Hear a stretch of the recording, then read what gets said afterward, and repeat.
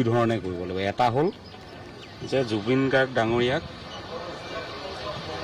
দুটা এংগলত কিবা কনস্পিৰেচি তদন্ত হ'ল নে কৰিব এক্সিডেণ্ট লাগিব। হ'ল তাৰ পুংখানুপুংখ যিটো পষ্টমৰ্টেম ৰিপৰ্টৰ পাছত তাৰ ফৰেঞ্চিক ৰিপৰ্টৰ পাছত ছিংগাপুৰত কৰা ৰিপৰ্টৰ পাছত যিখিনি কথা পোহৰলৈ আহিব সেইখিনি তদন্ত। আৰু দ্বিতীয় কথাটো হ'ল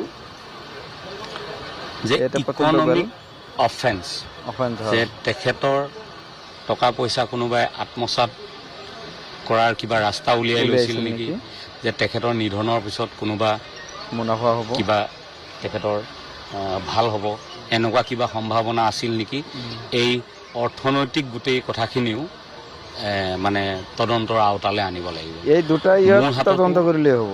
দুই এটা কাকতলীয় প্ৰমাণ আছে, গতিকে সময়ত মই সম্পূৰ্ণৰূপে সহযোগ কৰিব দাদা। দাদাৰ লগত আমিও সহযোগ কৰিম।